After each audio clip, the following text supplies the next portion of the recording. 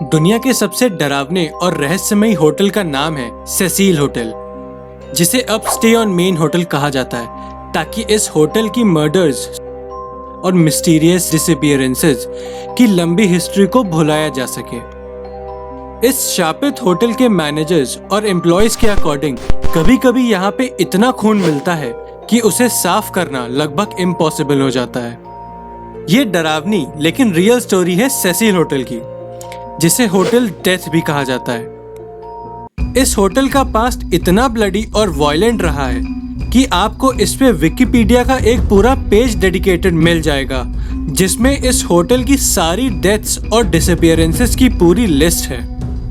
आइए जानते हैं about the most scariest hotel in the world.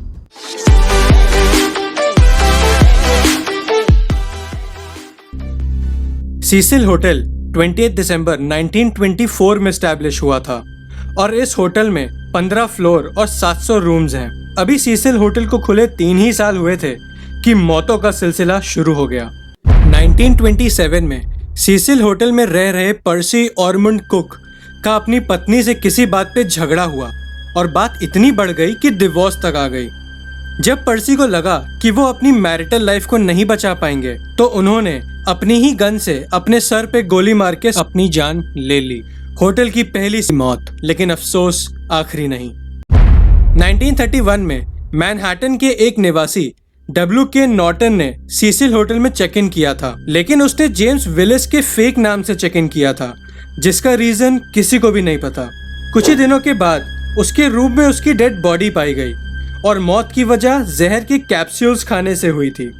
ये आज तक नहीं पता चल पाया है कि W.K. नॉर्टन की मौत मर्डर थी या उन्हें मारा गया। उसी के 1 साल बाद बेंजामिन डोडिच भी अपने कमरे में मरे हुए पाए गए। पर्सी कुक की तरह इन्होंने भी सर में गोली मार अपनी जिंदगी खत्म करी थी। बेंजामिन ने कोई भी नोट नहीं छोड़ा था, तो उन्होंने ऐसा क्यों किया, ये राज भी उन्हीं के साथ चला गया। 5 साल में 3 मौतें होना पहले से ही खराब था, लेकिन अब मौतें और ज्यादा वायलेंट होने वाली थी। 1934 में retired army medical corps sergeant Louis D Borden, जो उस वक्त 53 इयर्स के थे, ने सेसिल होटल में चेक इन किया। अगले ही दिन उनके कमरे में उनकी लाश पाई गई।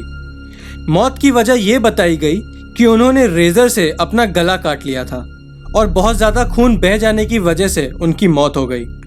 1935 से 1992 के बीच अराउंड 20 मौतें हो चुकी थी सेसिल होटल में, लेकिन फरवरी 19, 2013 को एक ऐसा इंसिडेंट हुआ जिसकी मिस्ट्री आज तक सॉल्व नहीं हो पाई है। 2013 की जनवरी में एक लड़की आती है इस होटल में स्टे करने के लिए। उसका नाम था एलिसा लैम। पहले उसने एक शेयरिंग रूम बुक किया था, लेकिन बाद में उसने ये कहा कि जो उसकी रूममेट थी उसका बिहेवियर बहुत अजीब था और इसी वजह से उसने रूम चेंज करके एक प्राइवेट रूम ले लिया। रूम चेंज करने के बाद 31 जनवरी को एलिसा लैम गायब हो गई। होटल वालों ने उसे हर जगह ढूंढा, लेकिन वो कहीं नहीं मिली। उनको लग रहा था कि एलिसा लैम बिना चेकआउट करे ही निकल गई। मिसिंग पर्सन का केस भी फाइल हुआ और बहुत दिनों तक उसको खोजने की कोशिश की गई, लेकिन वो कहीं नहीं मिली। कुछ हफ्तों के बाद होटल में रह रहे लोगों ने होटल स्टाफ को कंप्लेन करना शुरू किया कि नल से पानी काला निकल रहा है और कम वाटर प्रेशर के साथ साथ पानी का टेस्ट भी काफी अजीब है। जब मेंटेनेंस वर्कर्स ने होटल की छत पर रखी पानी की 4 टंकियां चेक करी, तो उन्हीं में से एक टंकी में एलिसा लैम की डेड बॉडी मिली, जो कि 2 हफ्ते से उसी में पड़ी हुई थी। ये टैंक का जो पानी है वो नीचे कैंटीन में और सारे रूम्स में प्रोवाइड किया जाता था और यही पानी 2 हफ्तों तक सप्लाई हुआ और किसी को पता भी नहीं था। जब पानी का रंग थोड़ा डार्क होना शुरू हुआ तब ये बात सामने आई। जब इस केस को पुलिस ने इन्वेस्टिगेट किया तो पुलिस को लगा कि उसने खुद अपनी जान ली। पर कुछ बातें ऐसी सामने आई जिससे पुलिस भी कंफ्यूज हो गई, जैसे कि छत के लॉक को बिना अलार्म ट्रिगर किए एलिसा ने कैसे खोला और मेन टंकी का हैच, जिसका वजन काफी ज्यादा होता है, उसे एलिसा ने अकेले कैसे उठा लिया। इन सब बातों की वजह से कुछ लोग कहने लगे कि ये मर्डर है, तो वहीं कुछ लोग कहने लगे कि ये मर्डर नहीं कुछ और है। एलिसा लैम की डेथ आज तक एक मिस्ट्री बनी हुई है जिसे कोई भी सॉल्व नहीं कर पाया है। वीडियो पसंद आया तो लाइक करिए, अपने फ्रेंड्स एंड फैमिली में शेयर करिए, और अगर आपको बर्मुडा ट्रायंगल की मिस्ट्री के बारे में जानना है तो अपनी स्क्रीन पर आए वीडियो को क्लिक करिए, और हाँ, चैनल को सब्सक्राइब करके बेल आइकन जरूर ऑन कर लीजिएगा। Thank you for watching this video guys, मिलते हैं अगले वीडियो में, तब तक के लिए स्टे सेफ।